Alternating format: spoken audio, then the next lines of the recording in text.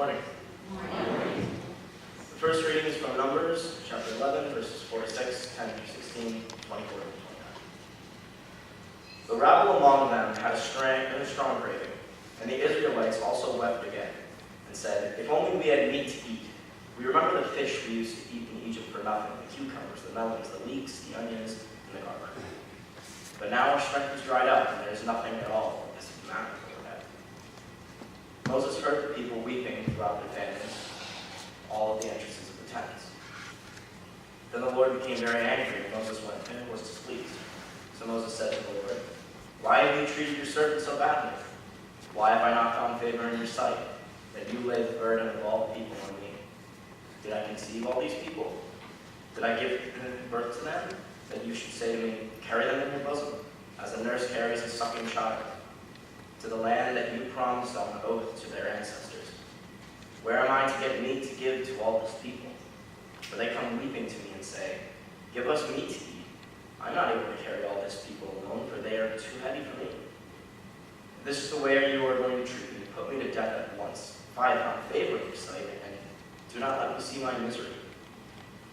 So the Lord said to Moses, "Gather for me 70 of the elders of Israel, whom you know to be the elders of the people and officers over them. Bring them to the tent of meeting, and have them take their place with the people." So Moses went out and told the people the words of the Lord, and he gathered 70 elders of the people, and placed them all around the tent. Then the Lord came down in the cloud and spoke to him, and took some of the Spirit that was on him and put it on the 70 elders. And when the Spirit rested upon them, they prophesied. But they did not do so again. 2 men remained in the camp, one named Eldad and the other named Medad. And the Spirit in the camp, and the Spirit on the camp rested on them. They were among those registered, but they had not gone out to the tent, so they prophesied in the camp. And the young man ran and told Moses, "Eldad and Medad are prophesying in the camp." And Joshua, son of Moses, or son of Nun, the assistant of Moses, one of his chosen men, said, "My lord Moses, stop them." But Moses said to them, "Are you jealous for my sake? Would that all the Lord's people were prophets, and that the Lord would put his Spirit on them?" The word of the Lord. Thanks be to God. Let us read responsibly Psalm 19, verses 7 to 14. The law of the Lord is perfect, reviving the soul. The decrees of the Lord are sure, making wise the simple.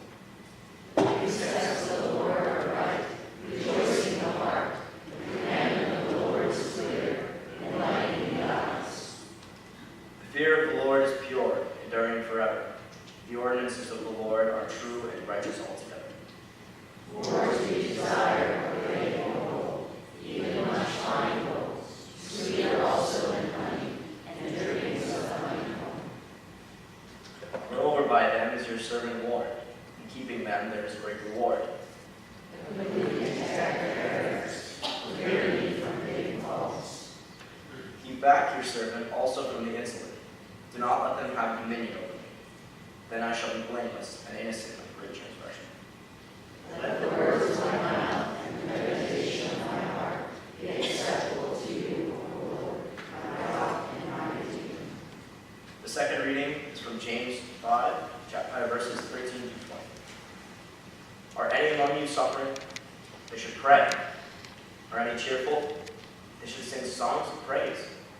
Are any among you sick? They should call for the elders of the church and have them pray over them, anointing them with oil in the name of the Lord.